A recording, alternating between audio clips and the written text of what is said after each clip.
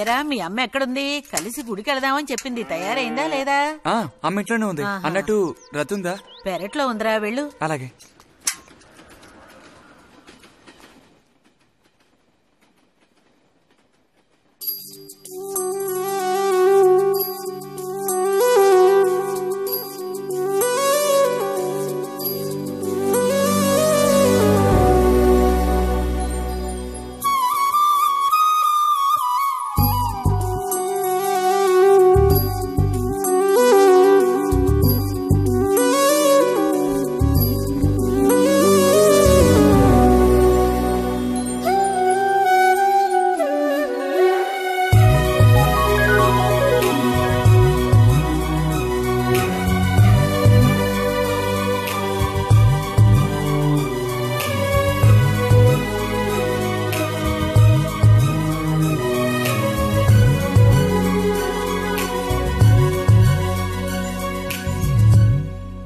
రతి, weekly పుస్తకాలు తీసుకొచ్చాను, అక్కడ పెట్టండు. మరి నేను బయలుదేరినా? సరే.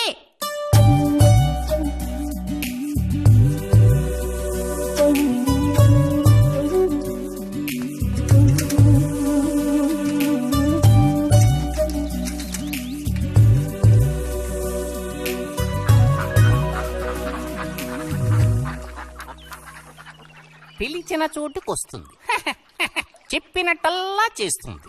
ఎవరు? ఎవరైనా సరే. మహారాజులు సైతం ఆ కాలంలో మహారాణులను వశపరచుకోవడానికి ఈ విద్య ప్రయోగించారు. ఏం విద్య? వశీకరణం. వశీకరణమా? భస్మం. ఏ భస్మం? మంత్ర భస్మం. వశం చేసుకోవాలని ప్రయత్నించే అమ్మాయిని ఆ భస్మం నుదుట పెట్టుకుని ఒక్క చూపు చూస్తే చాలు. ఆ అమ్మాయి కూడా అదే విధంగా నిన్ను చూసిందనుకో, కాయ పడ్డైనట్టే. కాకపోతే దానికి ఒక పద్ధతి ఉంది. శుభ్రంగా స్నానం చేసి ఆ భస్మాన్ని నుదుట పెట్టుకోవాలి. తను నిన్ను చూసేంత వరకు నోరు తెరిచి ఒక్క మాట కూడా మాట్లాడకూడదు. రాత్రి వెళ్లి పిలిస్తే నిద్రపోతున్న మంచం మించి కూడా లేచి వచ్చి తోక ఆడించుకుంటూ నించుంటుంది. ఇది ఎక్కడ దొరుకుతుందంటావు? ఏది? నువ్వు చెప్పిన భస్మం సృష్టించాలి. ఎలా? కాస్త ఖర్చు అవుతుంది. మరి ముందు ఏం చేయాలో చెప్పు. జత కలిసిన ఓసరవెల్లి ఉందే, ఓసరవెల్లి, దాని మీద పేడ విసిరి పట్టుకోవాలి. అది కూడా కడుపుతో ఉన్న ఆవు పేడ విసిరి. అప్పుడు అది కాస్త ఊపిరాగి చస్తుంది. ఆ చచ్చిన దాన్ని తీసుకొచ్చి కొబ్బరి చెట్టు చిటారు కొమ్మను ఎండపెట్టి పొడి చేయాలి. తర్వాత దానికో మంత్రం ఉంది, ఆం ఫట్. కొబ్బరి చెట్టు చిటాన్ని కట్టి ఎండబెట్టాలా? గంగరాజు కాసేదైనా జరిగే పని చెప్పు. కొంచెం కష్టమైన పనే, కాకపోతే నువ్వు చేయవలసిందల్లా ఒకటే. 2 ఊసర విల్లుల్ని పట్టివు చాలు. పట్టిచ్చావనుకో, మిగతాది నేను చూసుకుంటాను. మనోధైర్యం కోల్పోకు. మా గురువు గారి దగ్గర దీనికేం కొదవలేదు. ఈ భస్మాన్ని మనం అడిగితే ఆయన ఇస్తారు. కొంచెం తీర్థ ప్రసాదాలు ఖర్చు అవుతుంది. ఎంత ఖర్చు అవుతుంది? ఇప్పటికో 5 రూపాయలు ఇచ్చావంటే పని అవుతుంది. నెత్తిన మూసుకోవచ్చు. ఏంటి 5 రూపాయలు చాలా? అదేం పెద్ద ప్రాబ్లం కాదు. బాలక, ఆత్మధైర్యంతో ముందుకు సాగావనుకో, అవ్వందంటూ లేనే లేదు.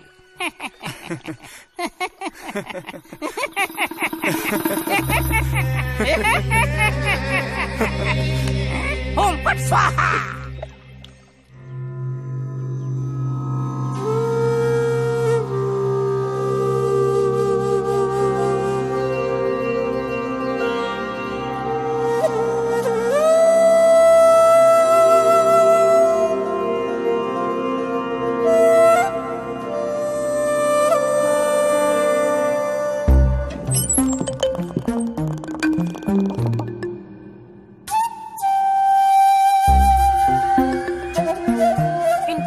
లేచి స్నానం చేసావు, ఎక్కడికి వెళ్ళాలేంటి?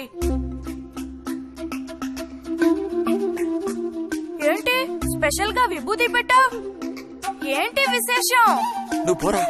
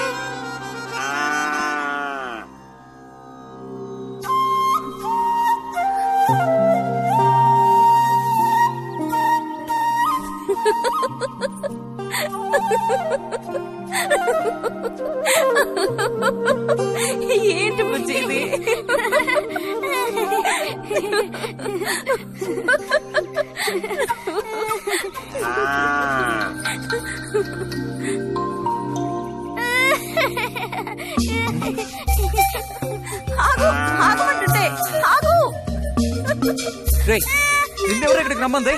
నిన్ను నీకు ఇప్పుడే అమ్మాయి కావాల్సి వచ్చిందా? చెప్పు.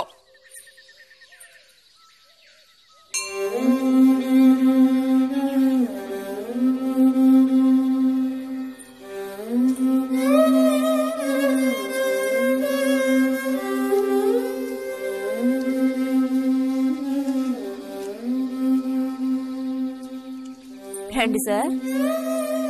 ఈ రోజు లైబ్రరీకి వెళ్ళలేదా? లేదు.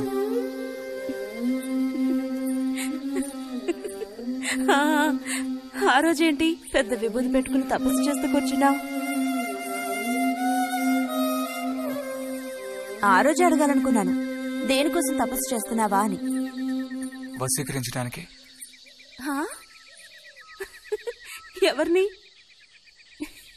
ఎవరిని వశీకరణ చేసుకోవడానికి? నిన్నిరతే.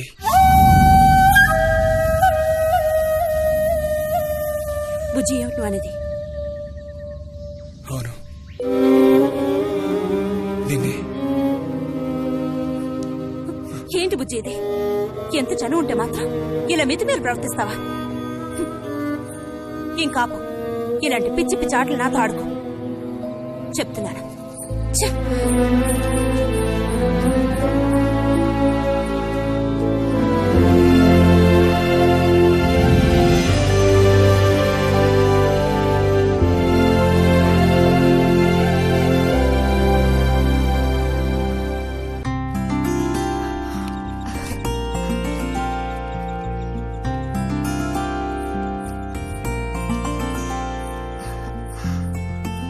ఎప్పుడొస్తున్నారంట? వచ్చే వారం వస్తున్నారట. ఉత్తరం చదువుతుంటే అమ్మాయి మొహంలో సంతోషం చూసినప్పుడే నాకు అర్థమైపోయింది.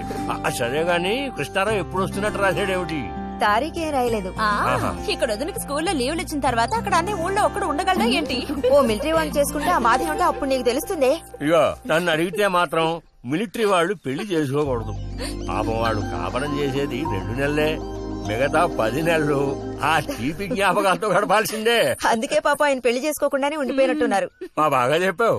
నీకో సంగతి తెలుసా? పూర్వం నేను బర్మాలో ఉండేటప్పుడు నా వయసు ఎంత ఉంటుందనుకున్నావు? 26-27 లోపలే ఉంటాయి. అప్పుడు సాయంకాలాలు ఓ చక్కటి ప్యాంటు టీషర్టు వేసుకుని ఈవినింగ్ వాక్ వెళ్లేవాడిని. అప్పుడు చూడండి నాకు గ్లామరు. నీలా ఉండేవాడిని కాదు, బక్క వేదవాణి. ఎంతమంది పెళ్లి చేసుకుంటామని వెంటబడేవారో తెలుసా? ఎక్కడా? బర్మాలో. పాప అక్కడ రాజకుమారి కూడా వచ్చి లైన్ లో నుంచి. ఇక చాలు నీ గోలాపమావయ్య, అబద్దాల పుట్ట. ఎవరో నీకోసం వెతుకుంటూ వచ్చారు, వెళ్ళి చూడు. ముక్క ముందు చెప్పాలి కదా, నువ్వు చెప్పకపోతే నాకు ఎలా తెలుస్తుంది? అప్పుడు సరితో వచ్చారో ఏమిటో, పోయిన వారమే రాసి పంపేస్తానన్నాను. ఆలస్యం అయిపోయింది కర్మ.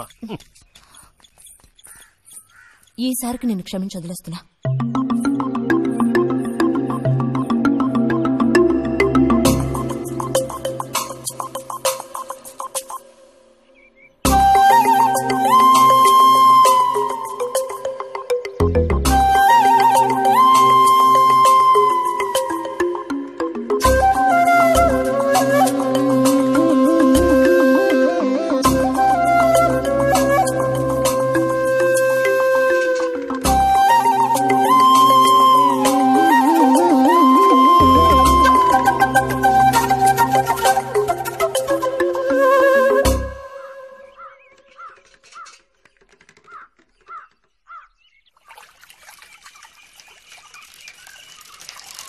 బుజ్జి,